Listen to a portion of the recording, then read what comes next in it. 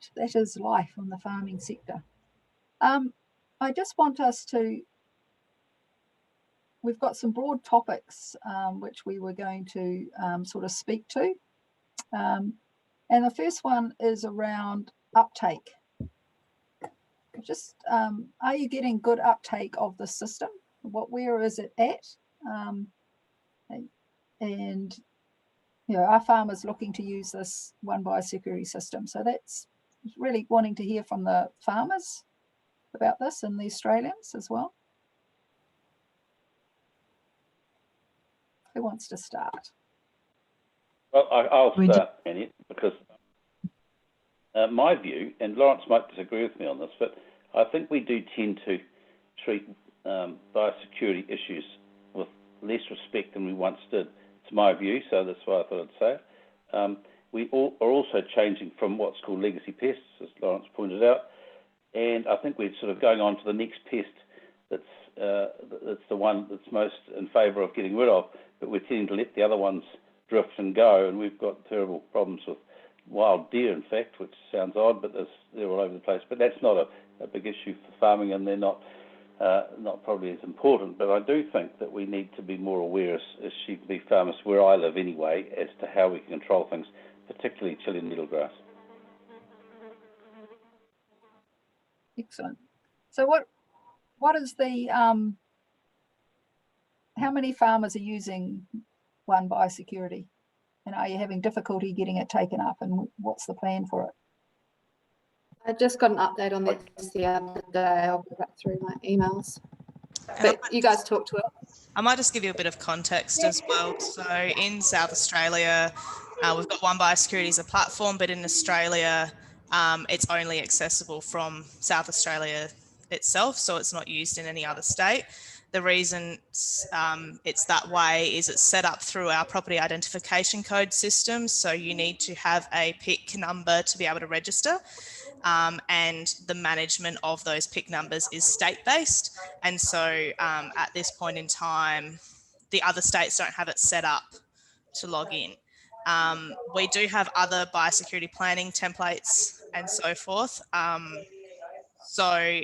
And there's jurisdictional differences in requirement of having biosecurity plans. And then there's also an overlay of challenge in quality assurance programs and expectations under those. So it's quite a messy space. So for example, livestock production assurance, which is run under the Meat and Livestock Australia, which is the beef and lamb equivalent here, you are required to have a biosecurity plan. Depending on who you talk to, it's considered a tick and flick document because it's not as comprehensive as other documents. However, that's the level that's required for that accreditation. You go another step further into that, various quality assurance programs that are run by the processors, for example, they have a different level requirement for the different things like animal welfare, biosecurity, and so forth. And then you add in the jurisdictional differences. So there's some state-based jurisdictions who will require you to have a biosecurity plan to be able to access compensation should we have an emergency animal disease outbreak in that state, and those animals are destroyed as a result of that. So there's some legislative differences as well. So Penny, have you got how many producers are on 1B? I do, yes. So we've got, at this point, we've got 792 enterprises, very few dairies, more probably more sheep represented in South Australia from those enterprises. But maybe it would be good for either Joe or Penny to provide some background into the startup of and the experience that they've had with the whole OneBiosecurity system, just considering that they've been in it a bit longer. Emily and I started in May, and they've been probably involved in it from the inception. You did like that one? Dean, maybe. I wasn't there in his inception, but I've been there more regularly in the last couple of years. But I do know that Dean probably was there on the initial board with the vision. Can I just suggest that Joe goes first, noting that he has to disappear very shortly? Yeah, okay. Yeah, I haven't gathered my thoughts, but OneBiosecurity, I think, is a really, really valuable tool for demonstrating on-farm or doing a biosecurity plan. It is relatively easy. It is a base level, and I think we need to recognise that. But it actually is so easy that you can do it online. It's an hour or two's work to get a reasonably good biosecurity rating. It would highlight some areas that you need to do some work in, and you can get, it's rated on stars, so 1 to 5 stars, and it's relatively easy to get the average of 3 stars, and certainly you can work quite easily towards 4 and 5 stars if you just modify some of your day-to-day practices. And I don't think it's not a challenging program as far as you know, you have to do 25 pages of documentation or anything like that. It is an online tool that is very simple, but it gives you I think a good base for developing further on your biosecurity plans. But it is so easy to do that it actually leads people down a really good path. I would note, talking to the Chief Veterinary Officer in South Australia, she said even though we've only got 700 and I think you said 790 enterprises involved in this program at the moment, which is to me a bit disappointing, but to her it actually demonstrates to our markets, because the enterprises are based all around the state, all around South Australia. So they're geographically disparate. You know, they're not all from one region. They're different enterprises, different management systems. We can actually demonstrate some level of market assurance to anyone that comes, you know, any export market that comes and asks. Even with that number, that cohort is enough to actually demonstrate as a state that we're actually doing some really good stuff. So it encourages me to ensure that we keep pushing this, because I think it really has potential. I'll say a little negative thing, which I think you're talking to the New Zealand people are talking to the state, our Biosecurity SA. I will be a little negative in that they have not continued to resource it. Any of these programs need to be resourced. You need to have some updates. You know, it needs to have enhancements, and it just hasn't done that. The other area that we've fallen down on, I think, is auditing, and we need to make sure we've got a strong auditing system to make sure that the people that tick the box to say they're doing such a practice are doing that practice. So I think it's a really good start. It's a really good program, and I'd encourage New Zealand to look at it, because I think it is a really good entry level that you can actually build enhancements on. That as you get people engaged, then you can actually challenge them to the next level. So I'm really still an advocate for it, given though that I am a little disappointed with the investment from our state government in time and resourcing. And I'll leave it there, but I'll listen for a bit longer. We're travelling in a minute, so I'll listen to you, and hopefully you get some good insight into how we're doing it in South Australia. If I can just ask there, Joe, thanks very much for that. It's Will Haliday here from Beef and Lamb New Zealand. Would you consider, you know, given that the state has, you know, in your words, pulled the funding, would you consider paying some sort of levy to continue with the program if everybody started paying a levy for it? I think that would be a disincentive, given that everyone understands biosecurity, but they're not wedded to it. They're not really understanding the implications of what, if we don't have good biosecurity, what the market implications are, and all of those. I think we're coming to a stage, and sorry, I'll go back one stage. We already do pay a levy on every transaction sheep and every cattle tag that we buy. We pay a levy into a state fund, a cattle industry fund, sheep industry fund, and they have that money for, and it goes towards biosecurity in some instances. But I'm not sure. Penny Schultz is the chair of the cattle industry fund. I don't think we put any funding directly in OneBiosecurity, and maybe that's an area we need to do. Yeah, Sorry. We do. Yes, so both the sheep and cattle funds did put some initial seed funding into it. Yeah. So, Will, it wasn't that the funding was pulled. There wasn't enough funding and resources put into it in the first place. to ensure its success. And the sheep and cattle industry funds put in funding for 2 or 3 years, and then they both pulled their funding off because they weren't satisfied with the results from their funds. That makes sense. I'm just saying, there's like a bit of party going on in the background. Somebody's got ladies chatting in the back That's of Joe, Penny. Oh, okay. He's having a party. Yeah. Wine I need tasting. to mute yourself, Joe. I will. Yeah. Oh, that's better. Sorry, Penny. That's okay. No, it was hard to listen. Yeah, so it was more of an under-resourcing thing to ensure that it was going to be successful. So I think that's part of the reason why the uptake has been low. There wasn't enough time and money put into I suppose the user engagement and design process at the start. You've got 790 odd people using it. What's the total number of people that could be using it? Like what percentage uptake is that? It's about, is there about 6,500 PICs in South Australia? Is that about right, Dean? You might know. I think there's more than that. Or 8,000, is it? I think it's more like 17,000, but a lot of them are, you know, if you've got one sheep or 2 sheep or something like that. So we discard the hobby farmers. So the number you're talking about, 6,000 to 8,000, is probably more realistic. Yeah. But I think from the numbers that the OneBiosecurity team have looked at is the percentage of producers, the percentage of sheep and cattle that represents in South Australia. And I think it's about around 15% of the sheep and cattle in South Australia are represented under the OneBiosecurity program as it currently sits, from my understanding from the CVO. And it's Chief also Veterinary Officer.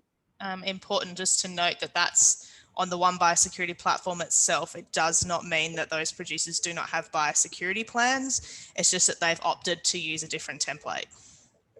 Yeah.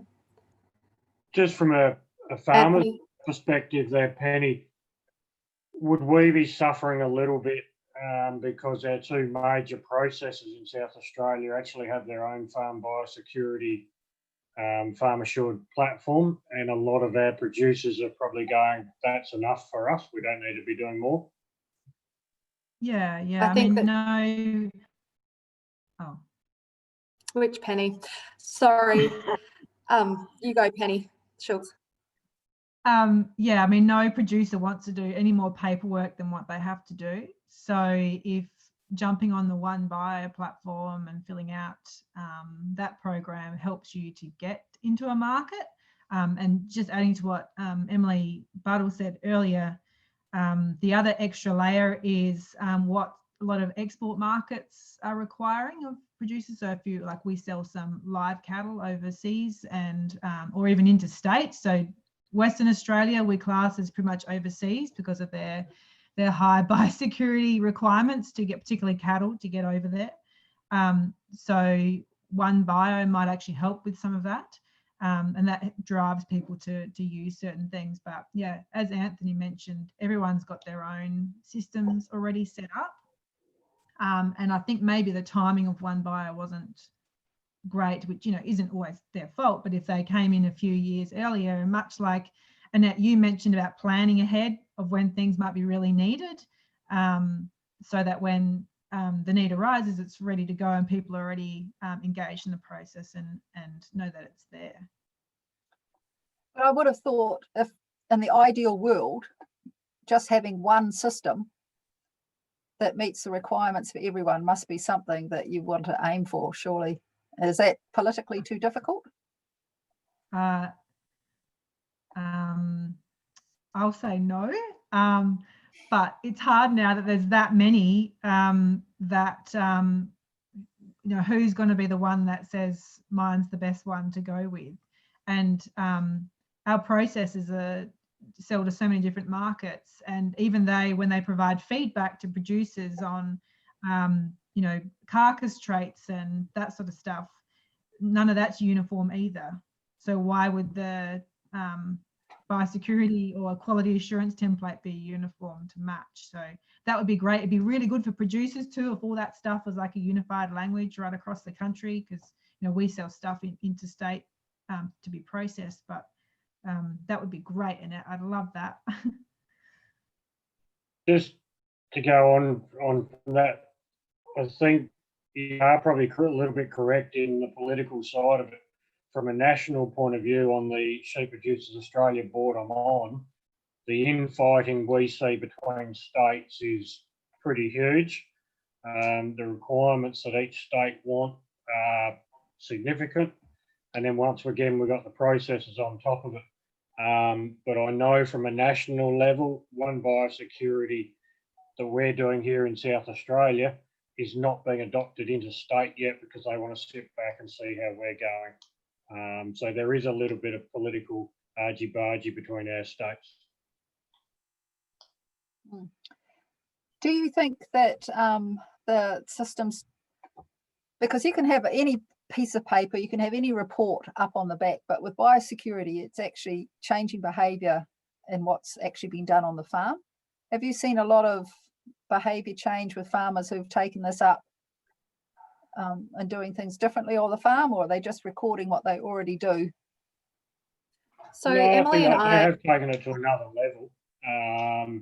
And give you an example, just locally here last week, we had a 20,000 head off shears ewe sale, and I would be thinking probably 40% of those sheep in there had a OneBiosecurity placard on their pens. So I think it is something everyone is looking ahead to, but the take-up rate is obviously the slow part that I'm seeing. That's the hard part for everyone. Just to come off the back. Sorry, Emily, just before you, I was going to say the benefit for those vendors, Anthony, is that a tangible benefit in terms of dollars, or? Yeah, they're certainly at the higher end of the price range. But whether I take that as they're the smarter farmers that are adopting technology and practices and trying to move forward, and it's the others that need to catch up, is probably the way I'd be looking at it. The only thing that I was going to add there was that from the uptake of OneBiosecurity has been greater in sheep, but has been greater again in stud producers rather than commercial producers. So it's really those guys that are trying to market their animals at a premium, as opposed to some commercial guys who are probably price takers rather than price makers, would be my reading of it. Yeah, I concur with that, Emily. And we the sale that Anthony was just mentioning, there's 2 weeks of those sales, and we're selling our sheep in this week's sale. And last year we used OneBio placards, and they drew a lot of attention. And I would say maybe probably closer to 20% were placarded last year with OneBio star ratings, and it sounds as though this year there's double. So who knows what next year will bring. But yeah, I will say that our sheep job is specialist and our cattle job on our property is stud. So we actually have an incentive to do more for biosecurity than some others. But Penny and Anthony and Joe, and I think Matt comes and goes, have you done anything differently than what you're already doing? Have you changed your practice when you went on to this biosecurity system? Yeah, once again, I've got a sheep stud, so I'm probably a little bit more thorough with this type of stuff than the commercial guys. But I know the one thing I have really changed here is my recording system. Everything now is on a digital app. So all our performance recording, animal health, etc., we have taken that to another level. And I know a few farmers around me, they have improved what they're doing. But once again, it comes back to the processes that we've got here in South Australia. The requirements that they want are pretty significant. So if you want to supply those processes, you've got to lift your game anyway. Yes, our processes are bringing in biosecurity auditing as well with the Yeah. things. Joe's still there. You still there, Joe? Yeah, I am. I'm travelling now, so hopefully you can still hear me. Yeah, do we change things? We've been caught with lice infestations at times, and we've also been caught with foot rot. So those are two major endemic diseases here. Did we, since doing OneBiosecurity, I suppose it's given us some underlying activities that we make sure that we do when introducing sheep, or making sure that we don't get lice or foot rot in the future. So do they change our practices?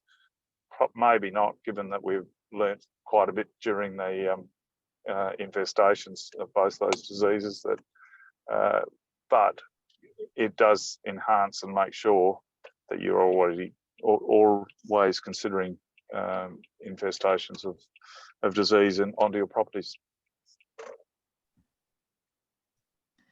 If we Probably were the big one is, sorry, probably the big one is it makes buyer beware.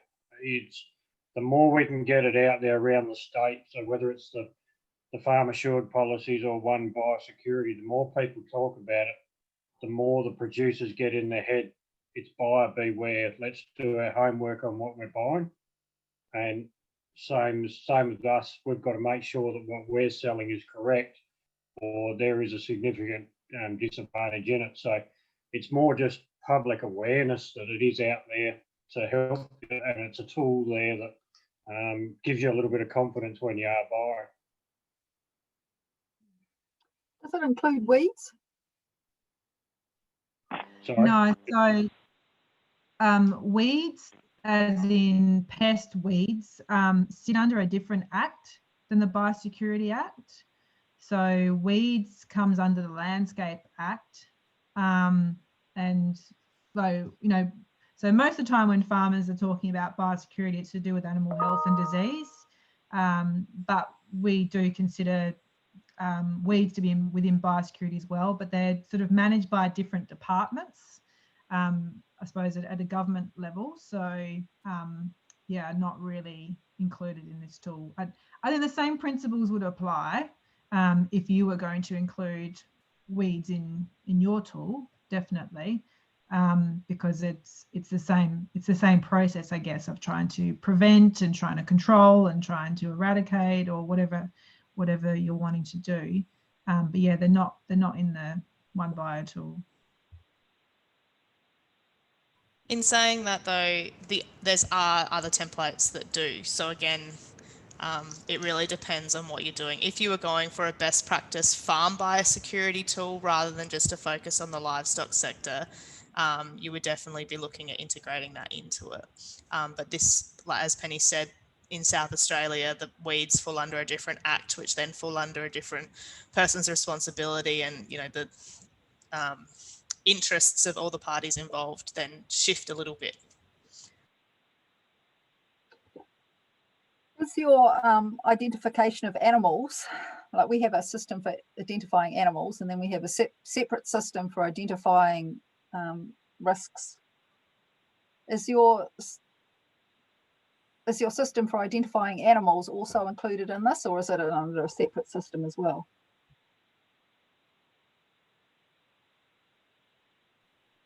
What do you mean by identifying animals? It's an electronic ID of our animals, which okay, like tracing movements. Yeah. Yeah. NLIS system. What was the question again? What's the difference? Is it combined with your biosecurity system, or is it a separate system again? Separate. Go, Penny. Yeah, so the NLIS is a national system, and it is separate. However, the NLIS system is connected to the Livestock Production Assurance System, which LPA, if you hear that acronym, and LPA is like a legislative requirement that when I sign my national vendor declaration, when I sell sheep or cattle, that I'm adhering to the LPA requirements, and one of the LPA requirements is to have a farm biosecurity plan, and I think an animal welfare plan as well. So while they are separate, my OneBiosecurity plan does actually tick my LPA requirement, my national requirement to have a biosecurity plan. So they are definitely connected. But yeah, the National Livestock Identification Scheme is separate to OneBio. So if you could, Anthony and Dean, if you could wave your magic wand with the systems that you have, what would your system look like? Like, it sounds like you're suffering from the same thing as we do, is that there's many different systems, different forms. You know, how would, if we were going to start this from scratch, how would it look like? What would be your ideal systems, knowing all the tools that you have?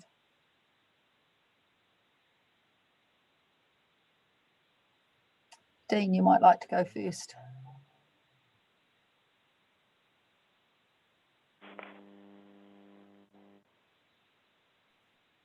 Sorry, I was looking at some old documentation to see what else I could find.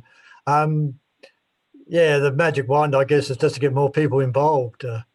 That's the sticking point to make it successful. The more people we can have, the better the rating is going to be involved. And then if you can get the sale yards and processors and what else involved, that's right across the chain. I don't know whether the others agree with that.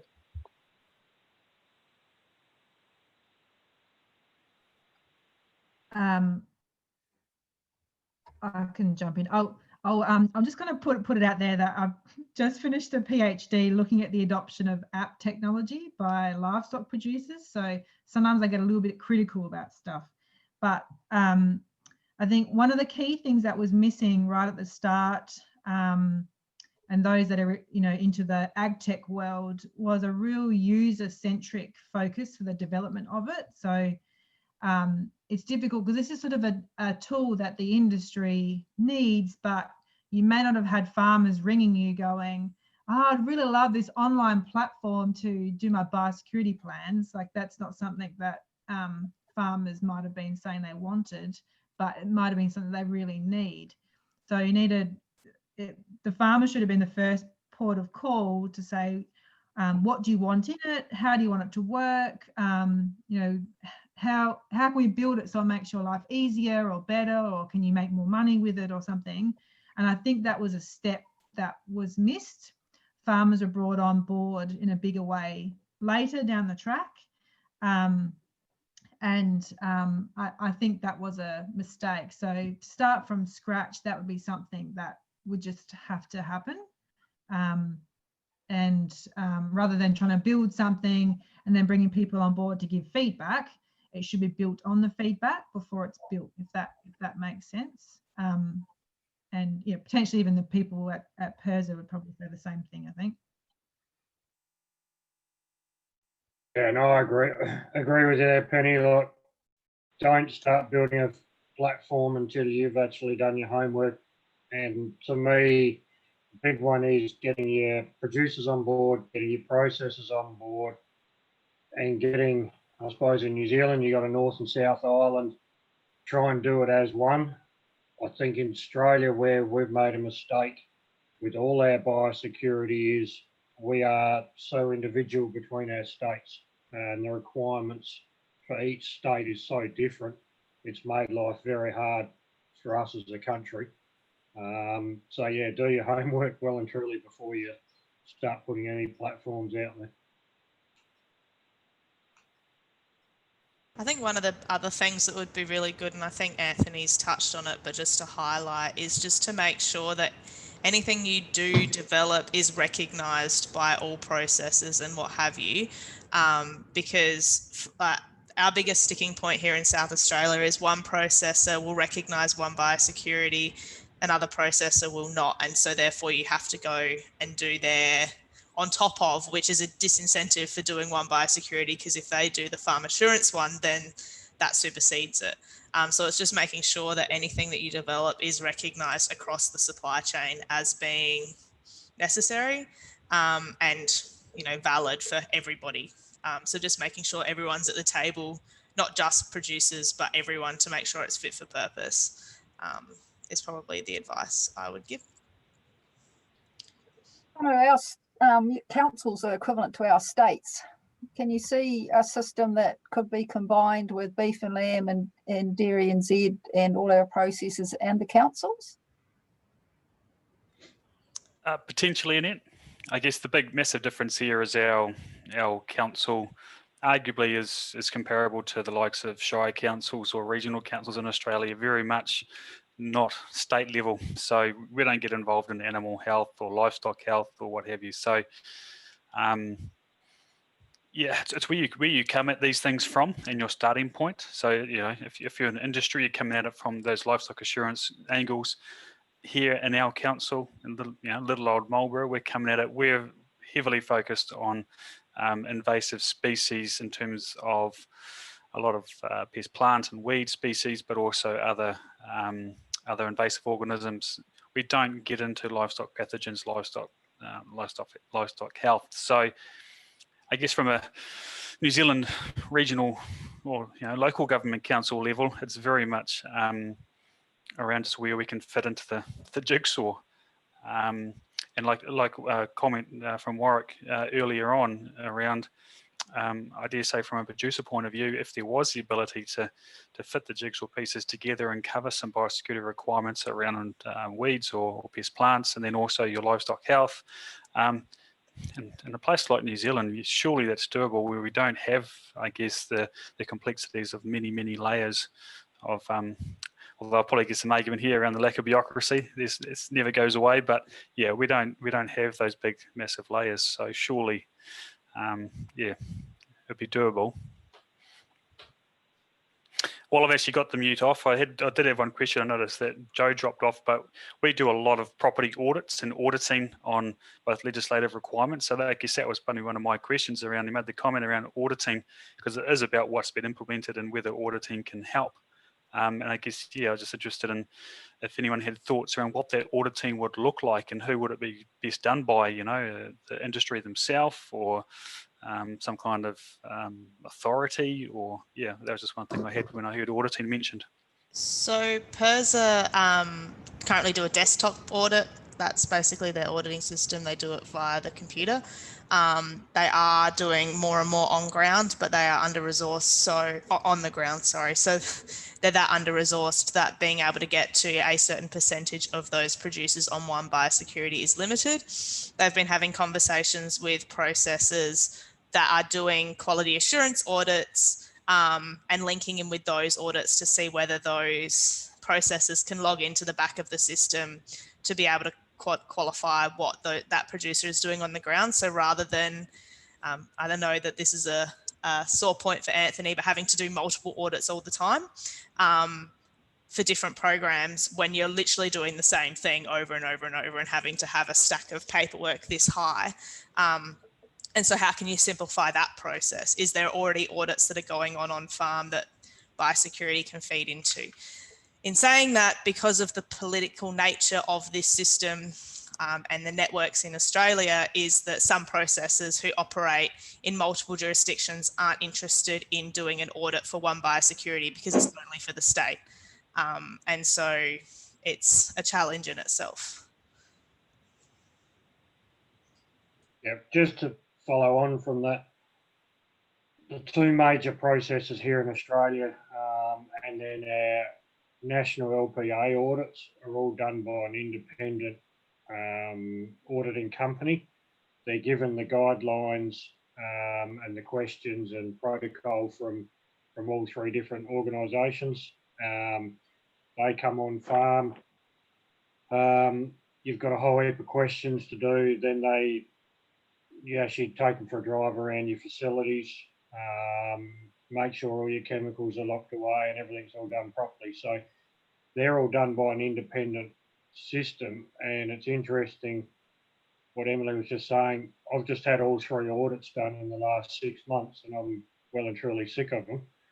And I actually said to all three companies that you need to get on the same page. I said you're covering the same questions, the same basis in your audits. That the first question you need to ask me, have you done a LPA audit in the last 6 months? And if I say yes, there goes 3/4 of my questions.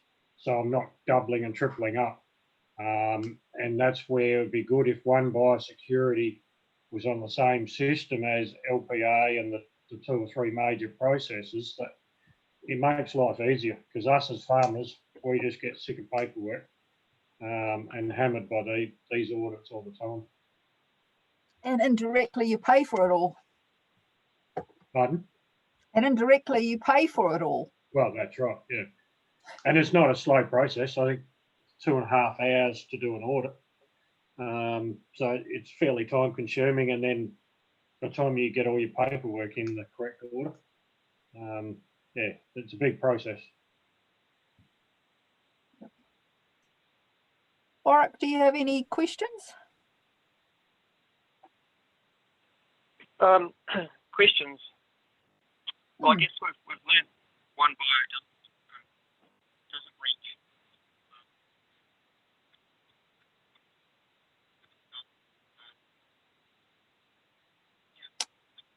You as a group have all pretty much identified that it's fundamentally under-resourced staff. And I'm curious, how do you think you can rectify that now?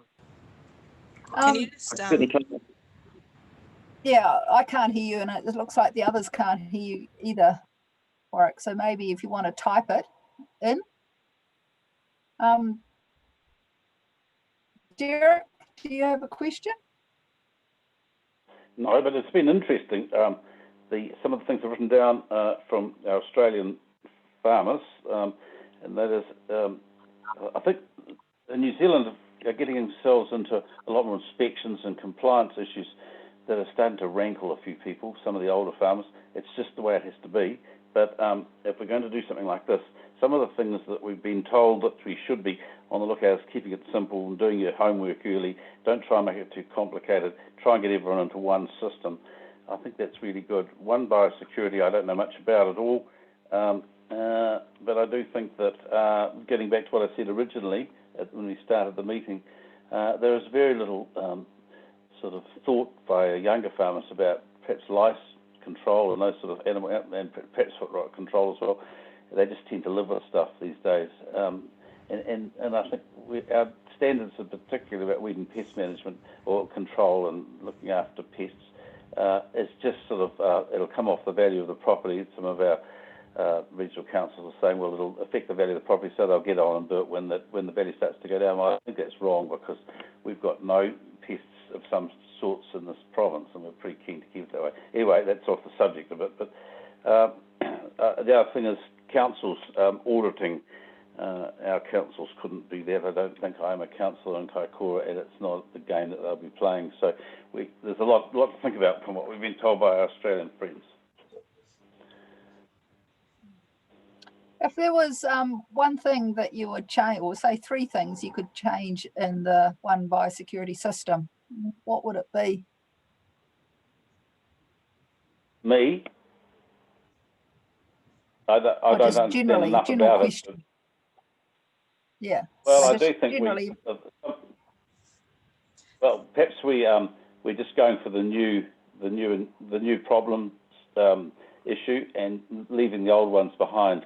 And we've got terrible erosion problems from some animals that are no longer regarded as pests and are running rampant. So we sort of go on to the next one and leave the ones that have been really important in the past behind. And I guess that's all to do with funding.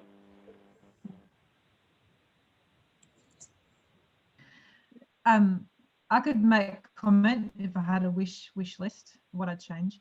I just have, and especially because you've got the opportunity to kind of start from scratch, I would have one basic tool that everybody could use and be on the same page, that, you know, just had the bare minimum, I guess, and what you really had to do. And then there was the options to add on more, or processes could ensure that you're doing that basic minimum, and then they'll ask you something extra, because I think it's really hard to have a tool that solves the world's problems, because then it gets busy and complex, and then nobody wants to use it, and then people go, well, that doesn't cover what I want it to do, so let's come up with our own. So if you had one basic tool that you had some sort of unified, I guess, a little bit of control over, that did the bare minimum that people really need to do. And then if there's specialized markets or processors wanted extra, or in certain regions there were certain weeds that were important but didn't bother the North Island or something like that, you can have additional features that are like, what do you call it? Modules. Different modules that you add on specific to that region or processor or something like that, which could be within the same tool or could just be extra stuff, but you had something that everybody adhered to, and then the rest was extra.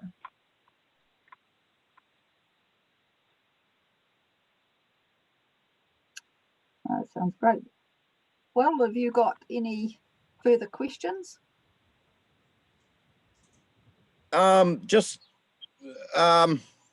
Not questions so much as a couple of comments, really. I really like what Penny was just saying there, and it's sort of something I've been thinking about as well. And I guess it's something that we see with our farm assurance auditing here in New Zealand as well. Certainly on sheep and beef farms now, in the last few years, we've actually managed to bring all of those audits into one. And so that is audited as New Zealand Farm Assurance Program, rather than all of the meat companies doing their own separate thing.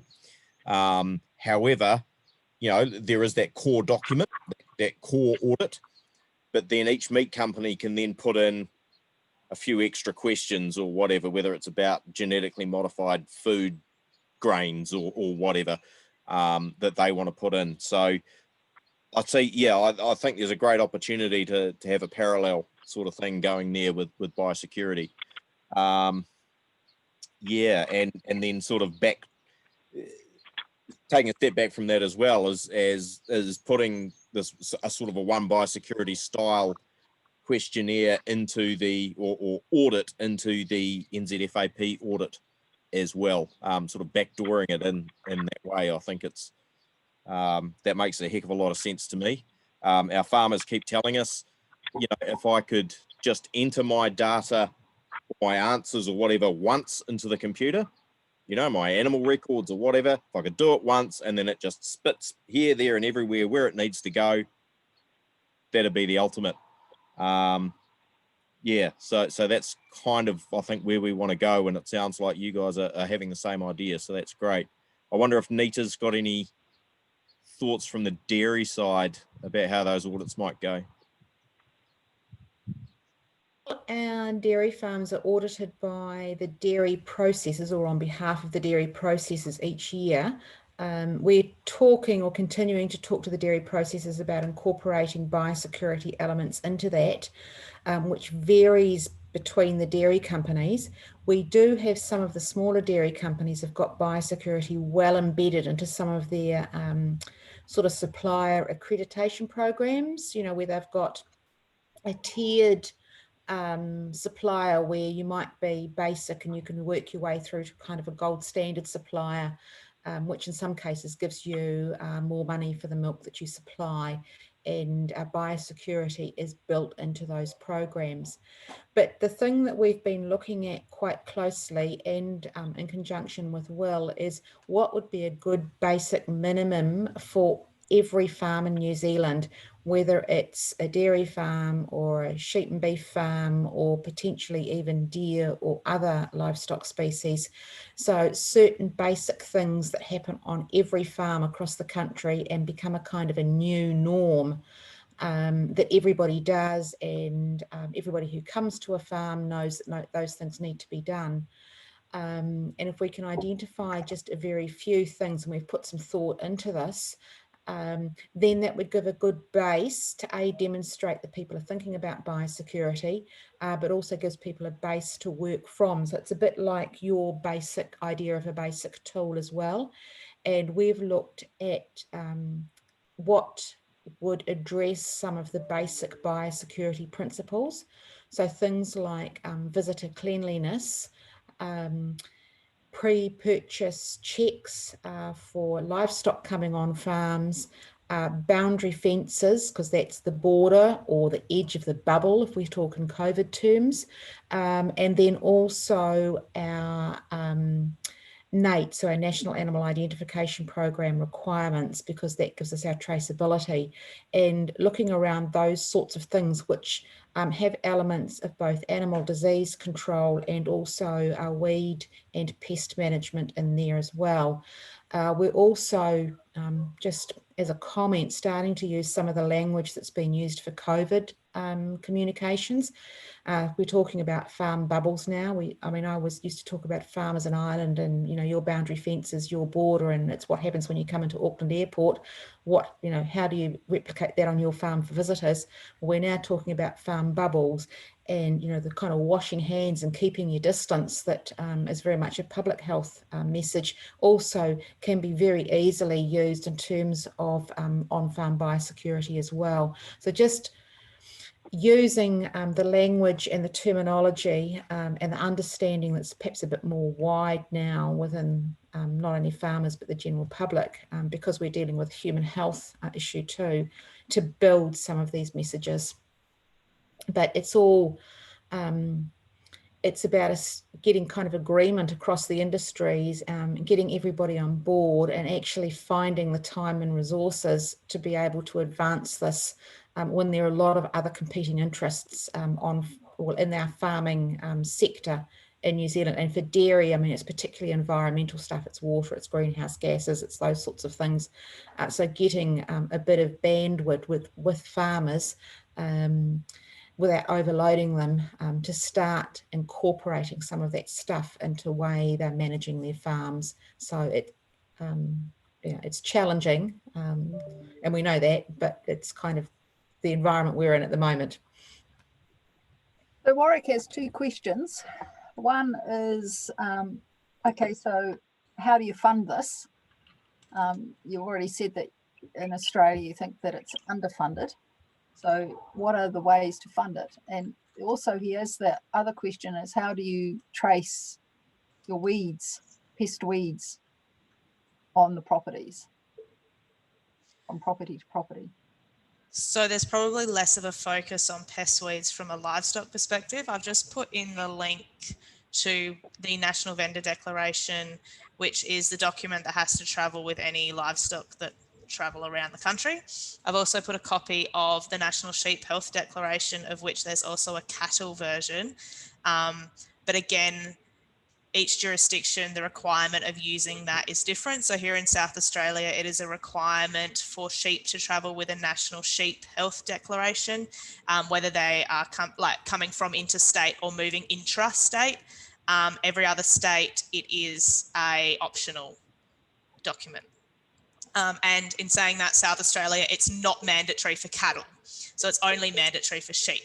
So again, there's differences there. Both those documents, there's nothing that stipulates weeds or anything like that. It's all focused on animal health treatments and those sorts of things to make sure withholding periods are correctly adhered to, any vaccination treatments that they've received that might be useful for the receiver to know for their animal health on farm and those sorts of things. So we have a similar system, and it's nationwide, and it's called an ASD form, and it's about to be, or is now, digital.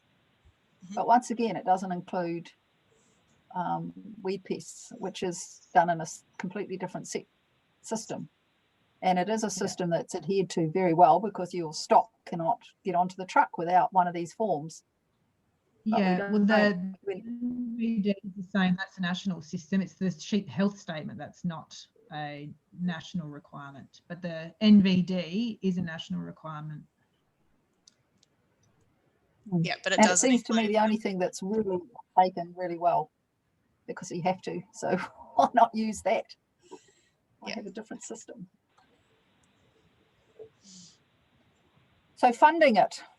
So we've got it. We've had a definite no from Anthony around funding it, farmers funding it? How would we fund it? So at Not, sorry, I'm not saying no to farmers funding it. We're already paying a levy now. And I personally, I don't think our levies that we're paying are being utilised in the correct manner. And I think here in Australia, we have got probably too many sectors with their hands out looking for financial funds. And that's the biggest problem with Australia. I see that we've got too many sectors that need to be brought back into one so that funding can be utilised a little bit better. But that's my personal opinion.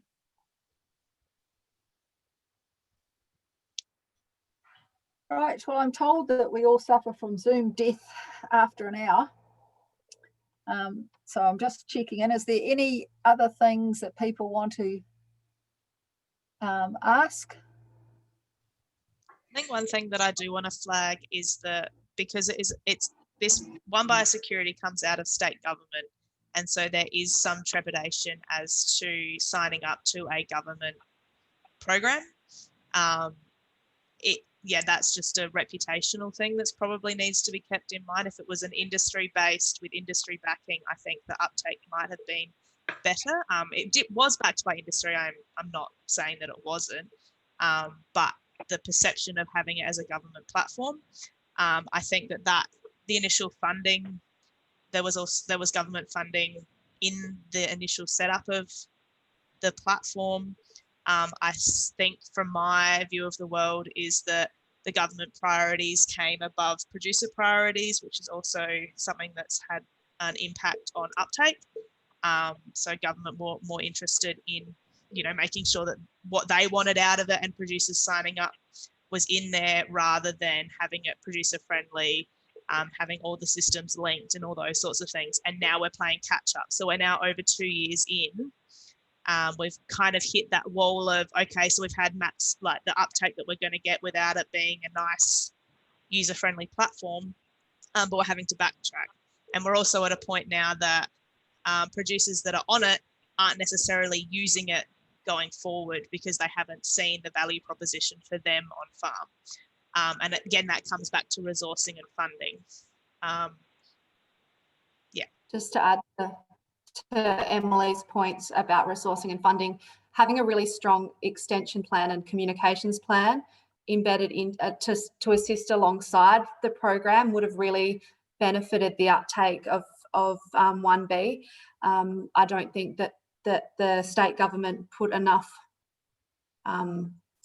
funds behind that communications, and that's had a bit of a negative impact on the uptake as well, because people aren't, a lot of the surveying that Emily and I are doing in our extension role is that people don't understand what OneBiosecurity is. So if the producers don't even understand or know what it is, then they're less likely to want to sign up to it. And that's about the value proposition and understanding all of that side of things. So I think it just harps back to what Emily was saying about government priorities versus producer priorities.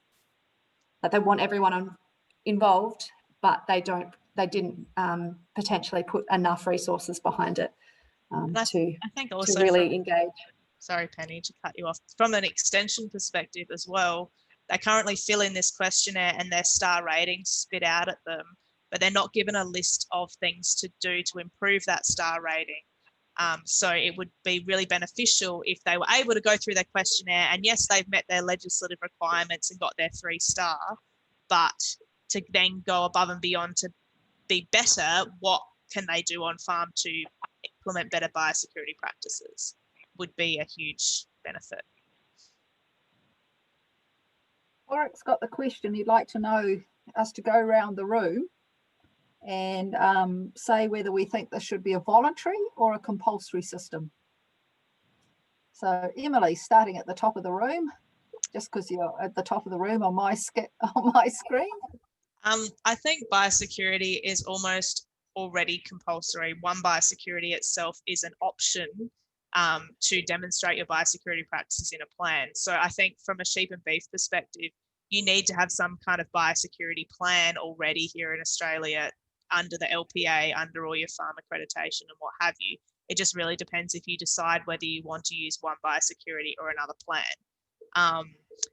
I think because the South Australian Biosecurity Act is currently under review, and there will not be anything in the legislation, but the regulations under that, whether South Australia follows suit like New South Wales and what have you, that says you need a biosecurity plan to receive compensation if we have an emergency animal disease outbreak, will be on the table for debate going forward, which may strengthen uptake of OneBiosecurity and what have you, but I'm just not sure that unless it is a national approach and say the likes of Meat and Livestock Australia or Livestock Production Assurance decide that everyone has to have this particular template, that it will end up being compulsory. Penny? Penny by Which itself, one, me? not Penny K. Not you, Penny. Good. K. The other Penny. I'd like to think it'd be voluntary. I don't like mandating things. I think gone are those days. You want people to get on board because they should be there, not because they have to be. But in saying that, if people need to have a good biosecurity plan to access markets or sell to a particular processor or something like that, you're effectively mandating it anyway. And that's kind of what you want to happen. So rather than forcing people to use a tool which may not even be user friendly so they can sell, you want them to use it because they want to sell to a particular market. Or I think that's a better, you want user buy-in into the system, and to do that you need processors on board, you need farmers engaged, and you'll get good user buy-in. And then in the end there'll be a percentage that aren't using it, and they'll soon work out that they're missing out on something because they can't sell to half the processors, or they'll be losing out somewhere, and they'll catch up eventually. Penny K. I agree with both what has been said. I think from our surveys, yes, it would be easier if it was mandated. We'd get everyone on board, and then would meet what the government wants. However, I don't know that it would have the desired impact of what we're trying to do of people actually taking responsibility for their biosecurity on farm. And I reiterate what Penny's saying. If we could, in an ideal world, if this was a market-driven platform that you needed it to get a better price or something like that, that would be amazing. However, we also need to be communicating that the risks of not having a biosecurity plan on farm is actually going to cost you in the long term as well. So, yeah, no, I don't think it should be mandated. Jono, from the council's perspective.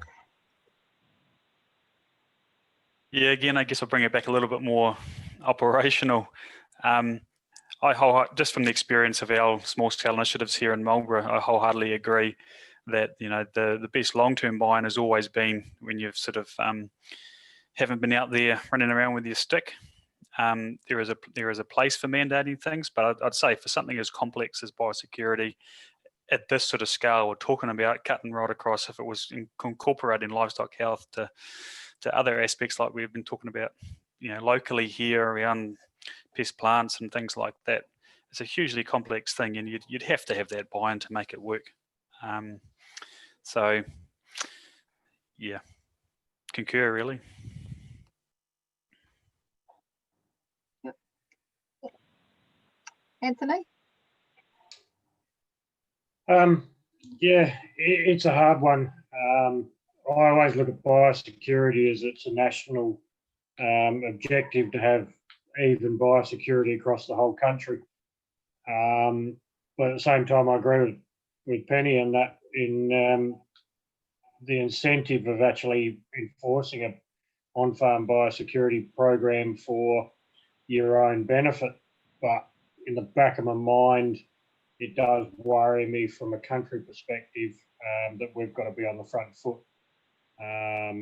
with what happens around the world these days. So yeah, I'm not totally convinced either way yet. Well, I know you have an opinion on this. Yeah, that's right, Annette. Look, yeah, we're not into government mandating things like this at all. You know, our preference is to use a carrot rather than a stick. Just like most people have said.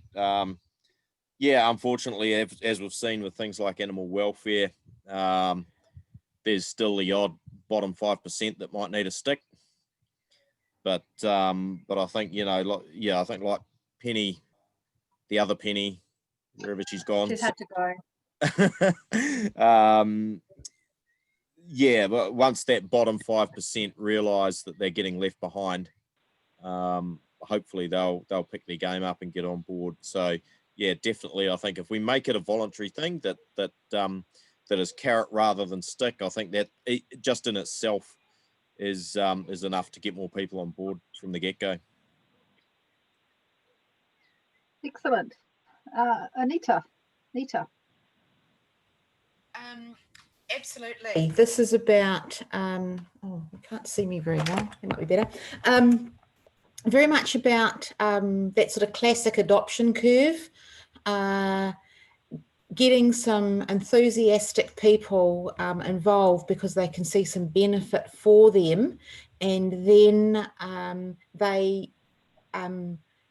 alter what's going on in the market, so other people will come along with them, and you're always going to have that tail end that you may need to legislate for.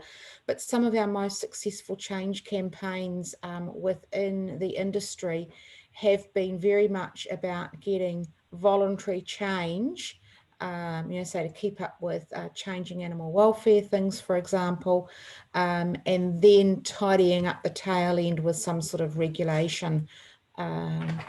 And I think the other thing too is ultimately biosecurity is kind of an element of everything that goes on farm, a bit like health and safety. So if you could start incorporating it into a lot of other things, make it every day for farmers, I think that also helps. That it's not something that, you know, you put in the calendar to do on the 1st of June each year or whatever, but virtually every activity on farm has a biosecurity question about it. If you're buying stock, if you're buying seed, if you're sending animals off for grazing, you know, if you're getting contractors in, you know, what are the requirements you might ask the trucking company to have regarding trucks that come to pick your stock up or the delivering stock to you.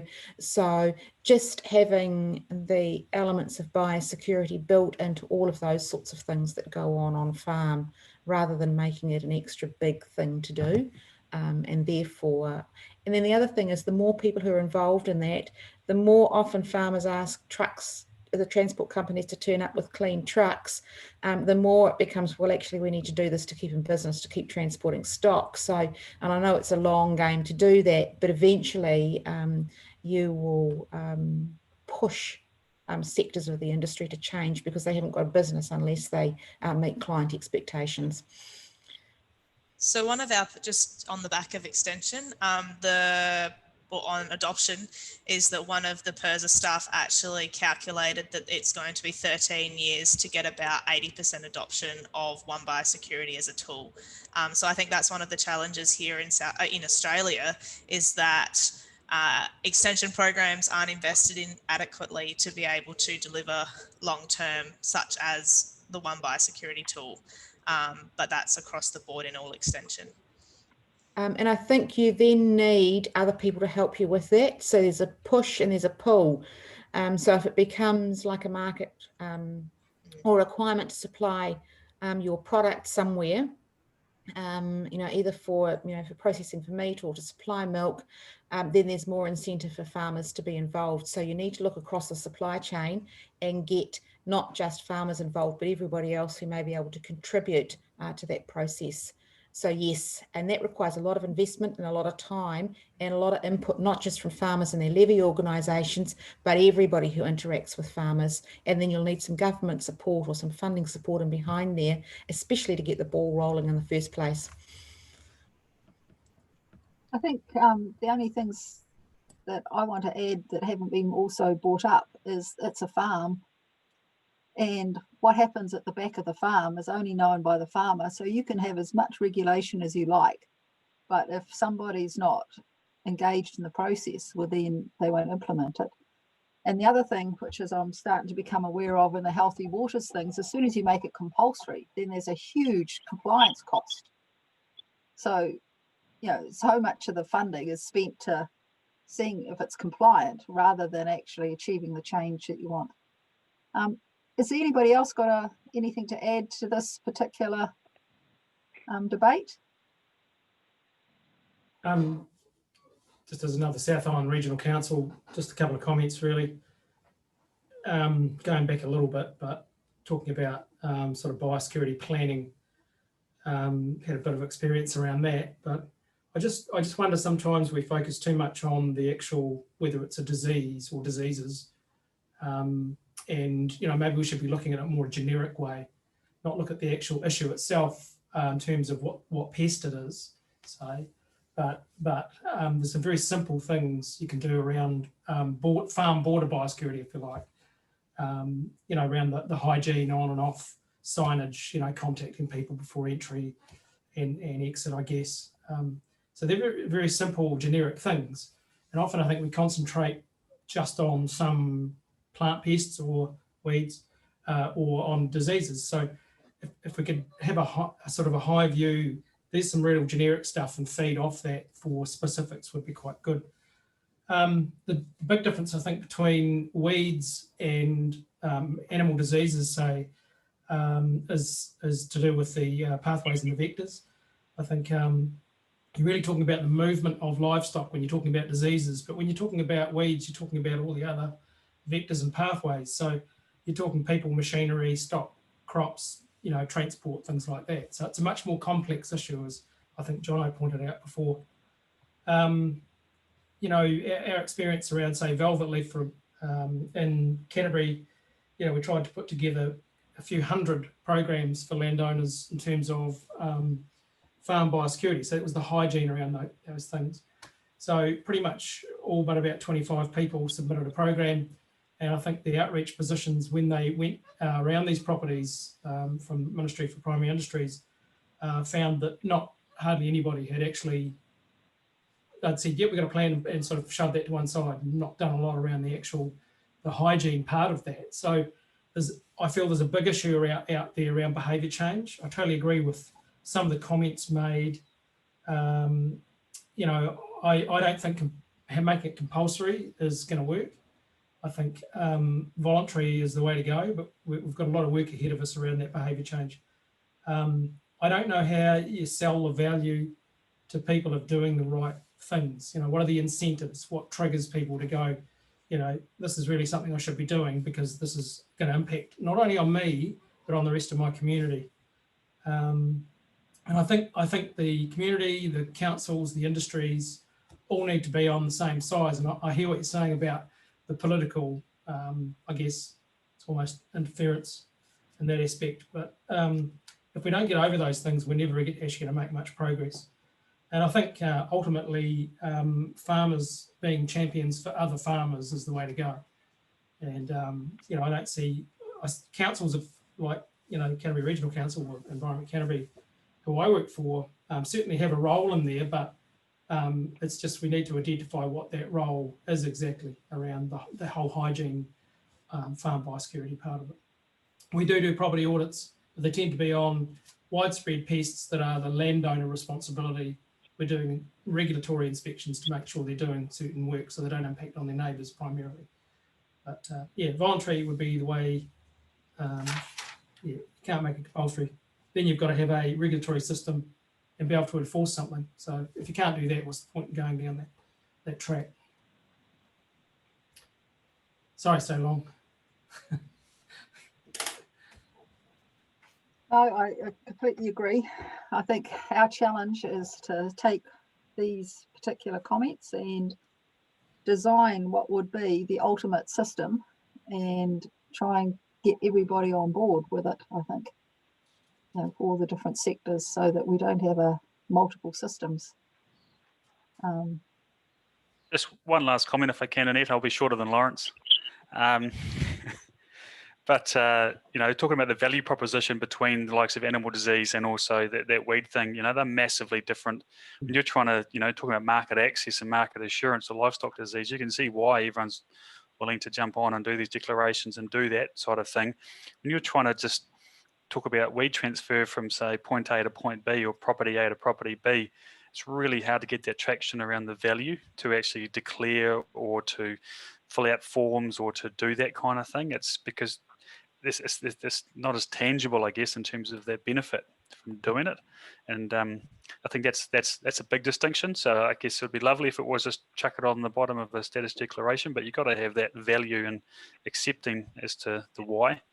And I think the other issue too, Jono, was that if you send some animals somewhere and they've got disease, you know, if it did get, it was more likely that's going to be picked up than say some Chilean eelgrass seeds that got moved by some stock and then doesn't actually appear till 15 years later. So yeah, there's quite a big time lag in the movement of a lot of pests, weed pests. So our motto for our mine and Penny's program is that prevention's always better than cure. So we are always focused on what producers should be doing at that farm border to make sure that they're not bringing in things. Now the farm biosecurity program itself, where it's not just messaging around animal diseases, although, you know, that's what our emphasis is. It's also about making sure machinery are clean, you're coming with clean boots and etc. And if you can stay out of production areas when you're visiting, all the better. So we are an all-encompassing program. It's just, that looks at practices on farm. OneBiosecurity itself is a tool that captures those practices. So I think that you need those clear distinctions, that there's the tools like the plans that capture what they're doing on farm to prove to, as in an audit, for example, that this is what we're doing. And then there's actually trying to get that practice change on farm. And I'm not sure, like maybe using the plan as a mechanism to implementing better practices on farm. You know, this is best practice, this is what you should be doing, and highlighting to producers what they should be doing on farm through that is one way to go about it.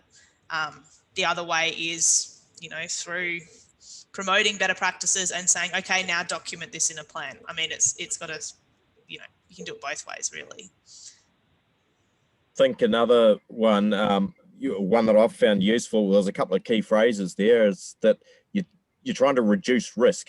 You're not trying to eliminate risk. Yeah. You're trying to reduce risk. And that is that every little bit counts. It's additive. Okay, so just hosing down your quad bike before you go to your neighbour's place or whatever, you know, that little things add up to big things. So yeah, no, so that's good stuff. Thanks, Emily. Yeah, so I've put in the chat a whole bunch of links. So the the Animal Health Australia template on farm biosecurity also has a risk assessment template that sits alongside of it. So getting a producer to sit down and identify where their high risks are. You know, I'm a sheep trader, for example, so I'm always bringing sheep onto my property. Therefore, what should I be doing to make sure that disease doesn't spread rampant through into my breeding flock, for example? Highlighting those risks and then tailoring my plan to suit my business. Yeah, that's what we focus on, is risk management, because the risk is always going to be there. But what am I doing to make sure it doesn't cross my farm border? The other thing, can I speak for a minute, Annette? I'm involved in quarrying, and it's been interesting to listen to how you've been doing it in Australia.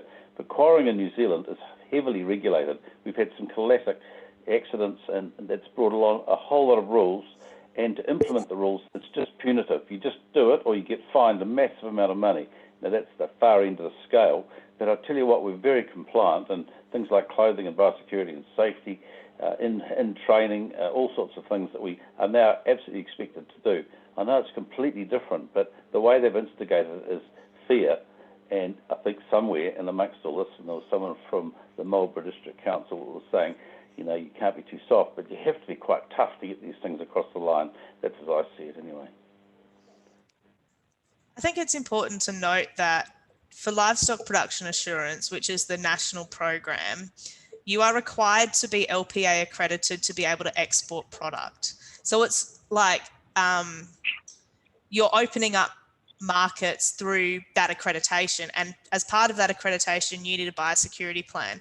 I think our biggest question here in Australia is what level of biosecurity are we willing to accept? And then you come into the challenges of the state-based jurisdictions and the industries having different expectations. So you look at pork and poultry sectors, for example, their biosecurity is through the roof because they value its importance. You go to the extensive industries like beef and lamb and dairy, you're running into a different set of challenges again. So, and I've lost my train of thought, but I think, yeah, we are required to have a biosecurity plan in Australia for beef and lamb production or sheep meat production. It's just at what level we're willing to accept. And at the moment, we don't have a digital national tool to be able to capture what we're doing on farm. It's currently at a state level here in South Australia. I would love it to be national because it would make my job a hell of a lot easier. But it's, you know, communicating that across all the jurisdictions. And I think our producers that have unfortunately had to leave have highlighted is that it would just be good if everyone was on the same page and not trying to focus on their own priorities.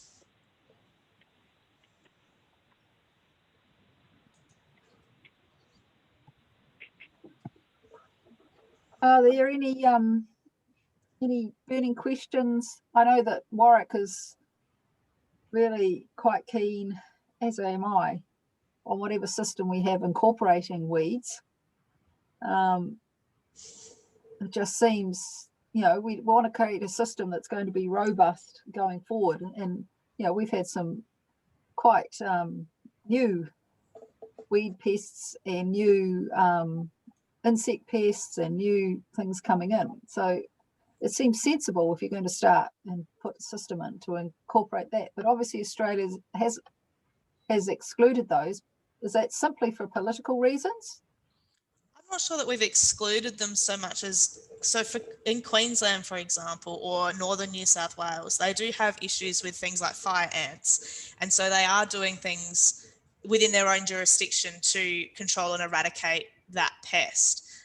Same thing, Queensland have significant washdown facilities within their state, but also from New South Wales into Queensland and so forth from a weed management perspective. I think again, it comes back, and ticks. So I think that they do exist, but again, it's that complexity of jurisdiction by jurisdiction. The other thing we do have is things like commodity vendor declarations. So if you're buying hay, for example, you ask for a commodity vendor declaration that stipulates, you know, whether the hay comes from a paddock that has had a known weed infestation, and those sorts of things. The other thing is that, yeah, it's there, and we try and promote it through a whole farm biosecurity approach. It's just that the livestock industries have taken charge, I guess, and focused on animal health rather than weeds. And look, it would be, I mean, as Joe probably stated at the very beginning, that we have recognised and that it takes investment into it to be able to get those things included. We don't even have the ability, you know, we've got the dairy module in there now. They're looking to incorporate a goat module in there, and then there's the alpacas and all of the different animal species that need to be covered before you start in the biosecurity livestock space. And it is run out of Biosecurity SA. So the livestock side of things. So I guess it's just about investment, and if the investment was there and the value was there for the, you know, for the plant side of biosecurity to be involved, then I suppose it would need investment. And at this point, SA hasn't invested in that. So I wouldn't say it's a never going to happen type thing, but yeah, we're just pushing for enhancements, like Joe was saying earlier, for for biosecurity, so for OneBiosecurity, and I think that that's where if we were setting it up, it would be lovely just to have, you know, unlimited resources, but we know what that's like. So I guess it's about just identifying your priorities and where your priorities lie when you're developing it.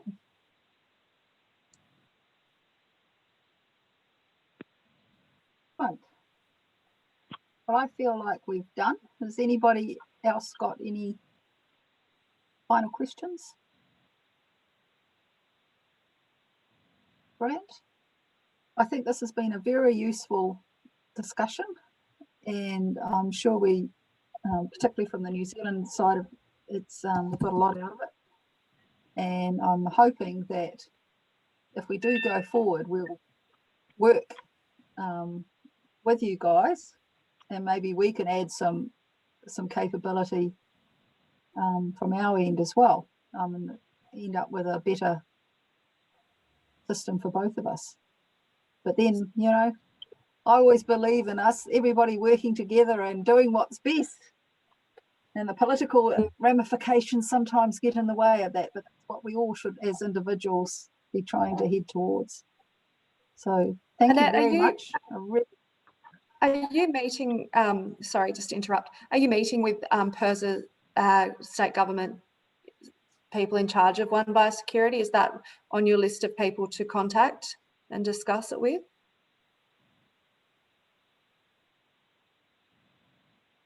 I'm going to leave this to Will and Nita to answer this.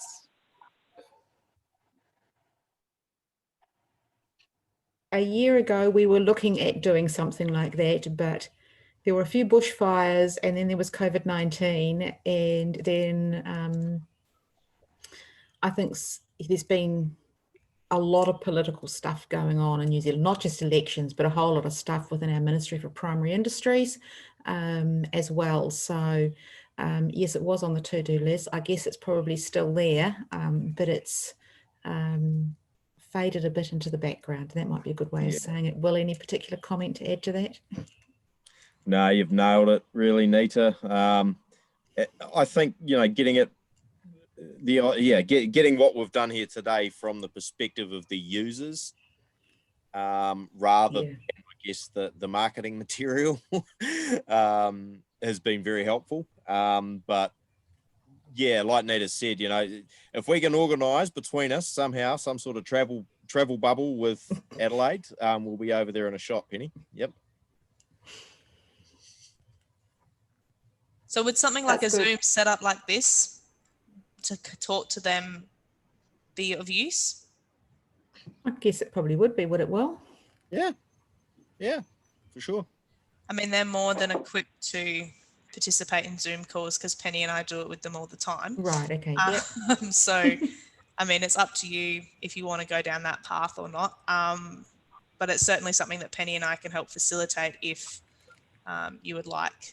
Oh, brilliant. That to happen. So, no, that's fantastic. Yeah, that'd be great. Thank you. Yeah. And I think if we, you know, discuss sort of our impressions of the meeting today, and then we can work out kind of the next steps from there, would be good to do. And I think that would actually be a very good thing to put on that list of next steps. Sure. Yep, agree. Thank you. Either Will or Nita, who in MPI would you be working with to pull the threads of our central government together across with someone like PIRSA? Well, you might have a better idea than me. You've had more direct contact with them recently. We've got a bit of work going on that's funded out of the Mycoplasma bovis program about on-farm biosecurity, and then MPI itself is setting up its own on-farm biosecurity division, section, whatever you might like to call it, including some on-farm extension work, which is a new area of work for our ministry. They haven't done that for like several generations. So I guess, this is what I mean by kind of a lot of changing stuff going on in the background. I guess we would need to work our way through where the most appropriate touch points within that lot would be for that. But I work closely with Dave Hodges, whom you may know, in terms of plants and or weed pests and weeds and pests. And yeah, certainly looking at how we can communicate sort of centrally and nationally around a whole range of things as well. Yeah, I just hope it doesn't drift into that territory where, you know, my team's actually on farm. You know, we're talking with farmers every day virtually. Yeah. And if someone like MPI develops an extension team, that'll be knocking on their door. You hear the thing about the 6 audits. Next thing you'll have local government rocking up, and then MPI extension rocking up, and you can just imagine it.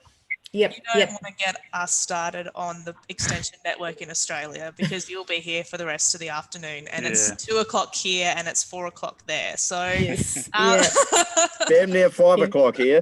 Yeah.